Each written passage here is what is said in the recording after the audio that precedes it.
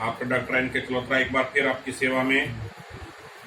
आज का जो विषय मैं आपसे डिस्कस करने जा रहा हूँ, that is too much important for the security of our country. ये हमारे देश की रक्षा के लिए बहुत ही अहम मुद्दा है। आप सब लोग न्यूज़पेपर में पढ़ रहे हैं प्रतिदिन, जो भारत का पड़ोसी देश है चाइना, बड़ी नापाक हरकतें कर रहा है सीमा पर। जो पेगोंग झील है, जो उसके साथ में क्षेत्र बढ़ता है, लद्दाख क्षेत्र है, उसकी गतिविधियां बढ़ गई हैं। दोस्तों, उसका एकमात्र कारण ये है कोविड-19 कोरोना वायरस जो पूरे विश्व में फैला, उसके पीछे एक ही देश था, चाइना।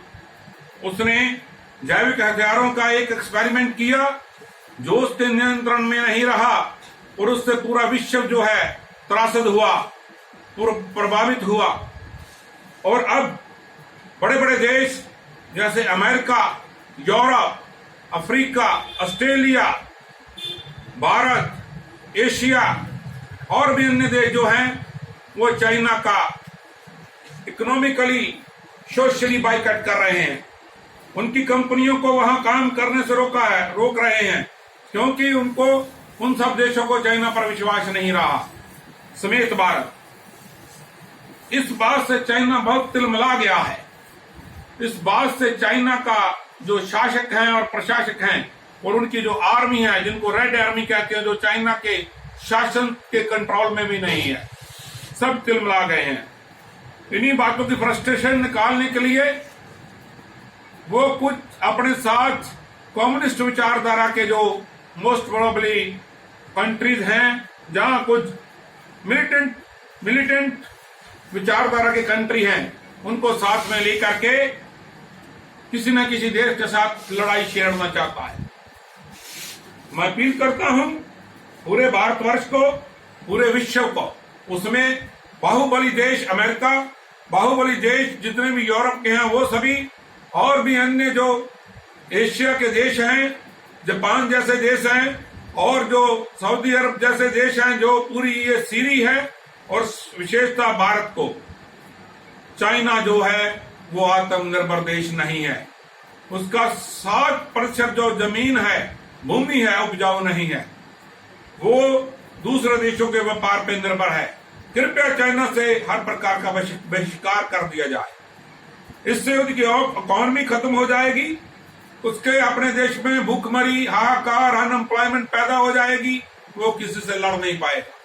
मैं भारत के देश के जो शासक हैं, जो आर्मी के जर्नल हैं, उन सबसे ये निवेदन करना चाहता हूं। क्या हुआ? चाइना हमें ललकारता है तो कौन सी बड़ी बात है? उनको ललकारने दीजिए। युद्ध लड़ता है तो उनको लड़ने दीजिए। एक बार जो निर्णय होना है वो लेने दीजिए। पूरा भारतवर्ष और पूरे भारतवर्ष के लोग इस सरकार के साथ, प्रशासन के साथ, आर्मी के साथ खड़े हैं। अगर आवश्यकता पड़ती है, जैसे हम मेडिकल प्रोफेशन के लोग हैं, सेना की सहायता के लिए, सेना को मैदान जंग पे, बैटलफील्ड में जाकर के मेडिकल फैसिलिटी देने के लिए सबसे प्रथम हम शपथ लेते हैं कि हम उस बॉर्डर पे जाकर के अपने देश की रक्षा के लिए पूरी टीम के साथ खड़े होंगे। जहां तक हमारा भाव है, ऐसा ही भाव करोड़ों हिंदुस्तानियों का है जो अपने देश से प्रेम करते हैं।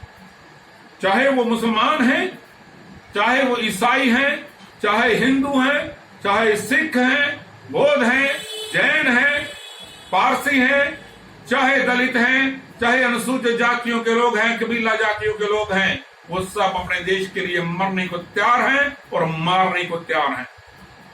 चाइना ये बात भली भांति जान ले, आपने जो पहली लड़ाइयां लड़ी, उस समय की स्थिति और आज की स्थिति भारत की जो है, उसमें बहुत बड़ा अंतराल है, बहुत बड़ा अंतर आ गया है। अगर आपको ऐसा लगता है कि भारत के साथ युद्ध करके आप वही परिस्थितियां चाहते हो जो पहले बना लेंगे, जो पहले बनी थी, तो इस बार युद्ध हुआ तो भारत के जिस हिस्से पर चाइना ने नाजायज तौर पे कब्जा किया है, वो भी हमारा देश आज वापस ले लेगा उनसे। बड़ी बात इसी में है, एक मित्र देश की तरह आप व्यवहार करो। आपने जो कृतघ्न कार्य पूरे विश्व के लिए किया है, उसका दंड आपको विश्व दे रहा है। उसकी फ्रस्ट्रेशन अपने आसपास के देशों पे मत निकालो।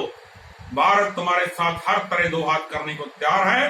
मैं पूरे भारतवर्षियों को ये निवेदन करना चाहता हूं, आप भी कृपया ये इस बात की तैयारी करके रखें कि लड़ाई कभी भी छिड़ सकती है, क्योंकि चाइना जो है, चाइना जैसा देश भारत का कभी मित्र नहीं हो सकता। वो सदा ही भारत का अनिष्ट चाहता है। आप लोग तैयार रहिए, अपनी हर प्रकार की तैयारी करके रखिए, क्योंकि चाइना पे कभी भरोसा नहीं किया जा सकता। और पूरे विश्व के देशों से यही निवेदन करना चाहता हूं, अगर भारत के साथ चाइना युद्ध छेड़ता है, बैटलफील्ड बनाता है भारत को, तो पूरा विश्व चाइना के साथ लड़े, क्योंकि ये किसी के भरोसे योग्य देश नहीं है। इन्हीं बातों से वंदे मातरम, जय हिंद, भारत माता की जय, जय हिंद, जय हिंद।